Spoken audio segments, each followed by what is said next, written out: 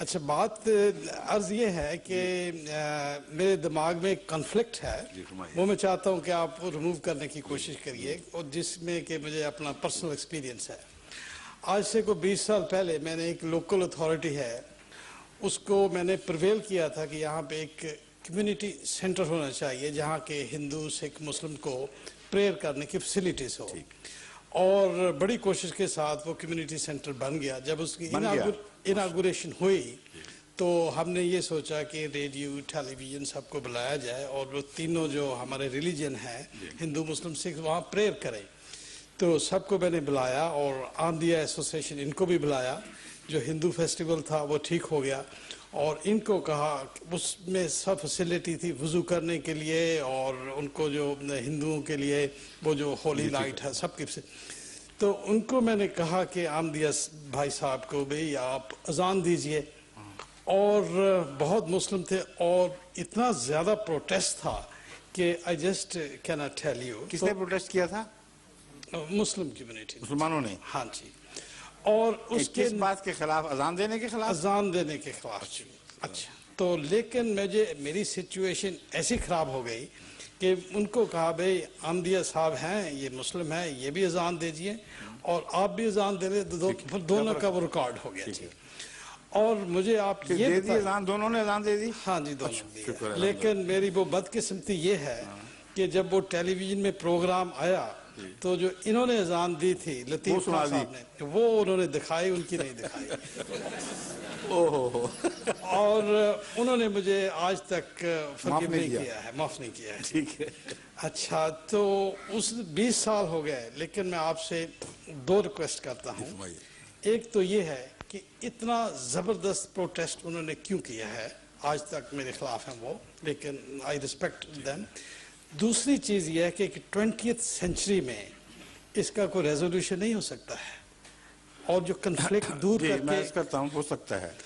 Can't we live like brothers جی؟ So 2 question ہے۔ تیسرا کوسچن یہ ہے کہ ہندو سکھ ریلیجن اور مسلم میں کوئی is there anything unanimity in that? 3 questions please. اب کرسی پہ بیٹھ جائیں، کھڑے رہیں، جس طرح پسند فرمائیں۔ ٹھیک ہے، جیسے آپ کا حکم ہے۔ پہلی بات تو یہ ہے کہ سوال آپ نے ان سے کیا ہے جنہوں نے پروٹیسٹ نہیں کیا۔ ان سے کرنا چاہیے جنہوں نے پروٹیسٹ کیا۔ وہ تو مجھے بولنے نہیں دیتے۔ وہ زیادہ سے زیادہ یہ کر سکتے ہیں، آپ کو کہہ دیں کہ ہم ان کو مسلمان نہیں سمجھتے، اس لیے ان کا اسلام کی نمائندگی کرنے ہمارے لیے تکلیف دہ تھا، اور تم نے کیوں کیا اسے؟ آپ یہ جواب دے سکتے تھے کہ میں ان کو مسلمان سمجھتا ہوں، اس لیے میں نے اپنی سمجھ کے مطابق بات کرنی ہے، نہ کہ تمہاری سمجھ کے مطابق۔ اگر تمہیں یہ حق ہے کہ اپنی سمجھ کے مطابق کسی سے سلوک کرے، تو میرا یہ حق کس طرح چھین سکتے ہو کہ میں اپنی سمجھ کے مطابق بات کروں؟ تم کمیونٹی سینٹر بناؤ، وہاں بلانا ان کو، جو میں بناؤں گا میں تو اپنی سمجھ کے مطابق بات کروں گا۔ سمجھ گئے؟ ٹھیک ہے، اتنی سی بات ہے، کوئی بڑا مسئلہ نہیں ہے۔ دوسری بات اتحاد کی ہے۔ ہاں جی، ویری امپورٹنٹ۔ اتحاد میں کے تصور میں ایک غلط فہمی ہے جس کو دور ہونا ضروری ہے۔ اتحاد کی خاطر مذہبی نظریات کو تبدیل نہیں کیا جاتا۔ اتحاد کا مطلب ہے مذہبی نظریات کو قائم رکھتے ہوئے ایک دوسرے سے اعلیٰ حسن سلوک کرو، اور انسانی قدریں جو مشترک ہیں ان میں اختلاف نہ کرو۔ قرآن کریم نے اس اصول کو آج سے 1400 برس پہلے بہت ہی خوبصورت انداز میں پیش فرمایا قُلْ یا اہل الکتاب تعالوا الی کلمۃ سواء بیننا و بینکم، کہ اے اہل کتاب، یعنی مفہوم یہ ہے اختلاف کی باتیں بہت کرتے ہو، اس کلمے کی طرف اکٹھے کیوں نہیں ہوتے جو ہم دونوں کے درمیان مشترک ہے؟ تو یہ جو اصول ہے یہ بہت ہی سنہرا اصول ہے۔ اختلاف کو مٹانے کے لیے نہیں فرمایا کہ ایک دوسرے سے تعاون کی خاطر اپنے عقیدے چھوڑ دو، فرمایا جن باتوں میں اتفاق ہے وہاں تعاون کرو۔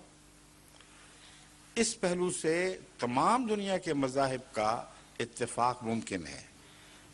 اس کی وجہ یہ ہے کہ اختلاف تو ہے صرف عقیدوں میں، اور عقیدہ کے روزمرہ کی زندگی سے تعلق ہی نہیں ہے۔ بندہ جانے اور اللہ جانے جنت کیسی ہوگی مرنے کے بعد ہی پتہ چلے گا، یہاں کیوں لڑتے پھرے ہم ایک دوسرے سے؟ خدا کی نوعیت کیا ہے، فرشتے کیسے ہیں، جو عقیدہ تم بے شک رکھو، مگر اس کے نتیجے میں لڑنے مرنے کا تو کوئی تعلق ہی نہیں ہے۔ اس لیے اختلاف رکھو شوق سے، فیصلہ خدا کرے گا۔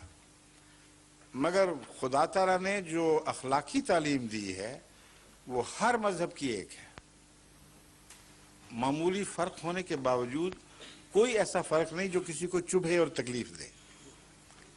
مثلا سب نے سچ کی تعلیم دی ہے، سب نے ہمدردی اور رحمت اور شفقت کی تعلیم دی ہے، ہر ایک نے کہا ہے کہ غریب کا دکھ بانٹو اور اپنا سکھ بانٹو، ہر ایک نے کہا ہے کہ کسی کا مال غصب نہیں کرنا، ہر ایک نے کہا ہے کسی کی امانت میں خیانت نہیں کرنی، بڑوں کا ادب کرو، چھوٹوں پر رحم کرو۔ کیا یہ تعلیم سب مذاہب کی ہے کہ نہیں؟ اگر ہے تو قرآن تو اس طرح بلا رہا ہے تعالوا الی کلمۃ سواء بیننا و بینکم، ان باتوں میں اکٹھے کیوں نہیں ہوتے جو ہمارے اندر قدر مشترک ہیں؟ میں نے کہا تھا اگر اختلاف ہے بھی اخلاقی تعلیم میں تو جہاں تک میرا علم ہے چبھنے والا اختلاف نہیں ہے۔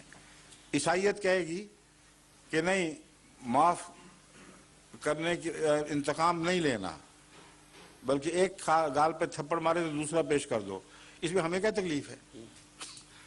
اگر وہ اپنا دوسرا گال بھی پیش کر دیں ظالم کے سامنے تو کسی کو اعتراض کیا ہے اس پہ؟